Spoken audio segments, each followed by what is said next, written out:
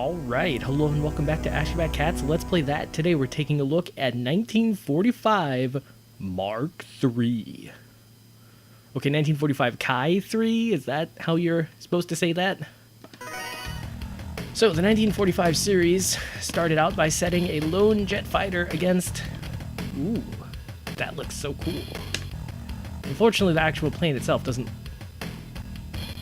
Why are there so many planes?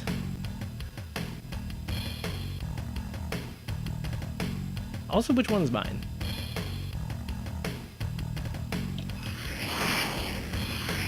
Oh, whoa. So this is like an actual squadron of planes. Because 1945 has always traditionally been like one lone plane against vast hordes. But this one, oh man. Alright. So I'm vaguely familiar, at least, with the early 1945 games. But when things kind of... Oh, interesting. So my plane spawns other planes, which then themselves... suicide into other planes. Oh, crazy. So you can charge attack and release it all out. So it's kind of like Striker's 1945. It's just not that. It's 1945K3. I don't know. The 1945 series has always kind of baffled me. Not so much in the beginning. Like, in the beginning, it was pretty easy. It's like, okay, World War II, one plane against a billion. Shoot 'em ups at their infancy and finest. But then you get to all these Ks and 45s and Mark IIIs, and then everything gets faster, and I don't know, it just kind of... What's the identity? Well, it's not like the original 1945 games had a ton of identity, but they're always sort of predicated on like a very tight, very action-y... Well, no, a very tight, but a more slower, a more cerebral sort of shoot-'em-up game. Now, of course... You're still one plane against like a tons of other planes, and so you're fighting through and you're fighting, and then it kind of builds up an identity like that. But then these 1945 games, the later games, they kind of go for more authentic-ish sounding military airplanes, and then the sprites look better, but then the gameplay becomes more generic. Like, here I am, I'm shooting out. Now, okay, they did add actual honest-to-goodness mechanics. Like, for example, you can charge. Oh my gosh, can you charge? You can charge and send off, like, quite an impressive display of attacks at them.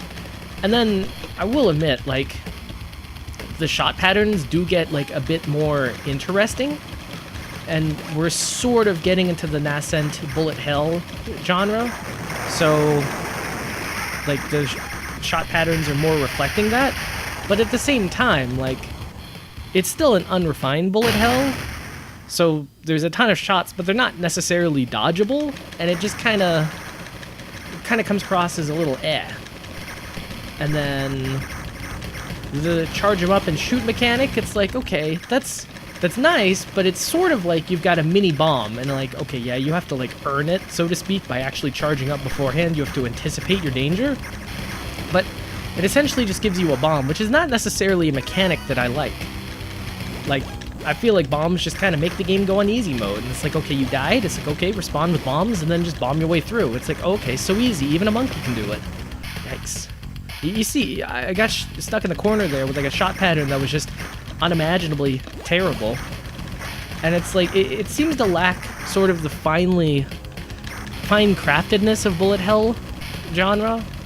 Like, bullet hell, I mean, yeah, there are bullets everywhere conceivable on the screen, but they're always in a pattern, and they're always in such a way that you should, at least in theory, be able to see a way through. This one, I mean, to their credit, it's not like the patterns are necessarily impossible, but you can kind of tell that there's sort of a nonchalance about it. Like, they're like, yeah, one could in theory dodge this, but if you don't, then we don't care. We'll take your quarters all the same. And so it does some of that. And it's like, you look at the screen, it's like, there's no art, there's no beauty, it's just a bunch of random shot patterns on screen, and it's just almost a little hard to even focus in. And then also, too, with bullet hell games, usually they make your bullets, like, sort of different colors, and then it makes sort of like a nice cavalcade of colors on screen that, I don't know, almost becomes a work of art. But this, each shot is just kind of the same boring, flashy color. Now, at the very least, each shot is readily distinguishable from the background. That is something that if you fail to do this, you can very easily get a bad game. But, I mean, it just feels kind of generic-y? I don't know. 1945, at least, because they could only have so many sprites on screen, I feel like it was a little more finely crafted, a little bit more pared down, a little bit more manageable. And plus, too, you could do a loop-de-loop, which was always, like, really cool. But then you get to games like this, and it's almost like a dime a dozen. Psycho made a bunch of games like this, the Aero Fighter series. Now, Aero Fighters at least take sort of refuge in the wackiness, but then you play this game, and it's kind of... I also played the 1945 game for the Neo Geo, and honestly, it wasn't even like as shoot 'em up-y as this. Like this game, at least there's some craft to the bullet patterns, and there's some measure of difficulty. But then that other one, there's nothing. It's just like a long slog of like 20 some odd stages, and then you get to the end, and well, that's that, I guess.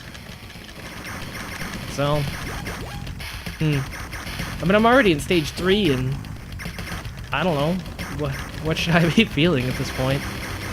There's planes everywhere, but, what's it all mean? You know, I can't do it. It's just too, there's nothing making me want to play. It's like, the enemies don't take any care with their shots. It's almost too realistic in a sense, where they just blurt out a bunch of shots at you. And so that's that. Huh.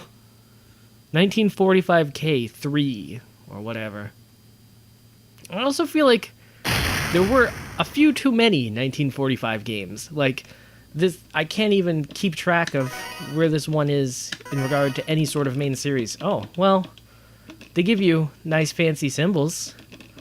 So you get Y for yen, I guess, and W for, I don't know, is any? But, is there a time limit? I mean, there's always a time limit. Oh, I almost became Ashgabat Cat Crow.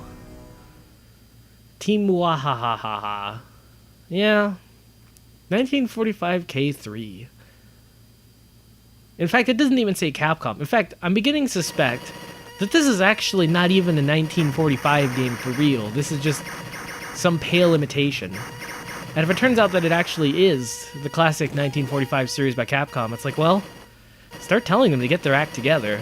Because, I mean, if this game was made by them, it must have been so bad that they didn't even want their name associated with things. Or I guess it actually is a pale imitation. Well, 1945K3.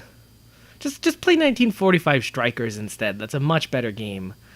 And then a few of the games by Psycho. It's like, Sonic Wings might not be the least generic of them, but at least it's kind of funny, and there's a bit of sense to it all. It's a better game. This game,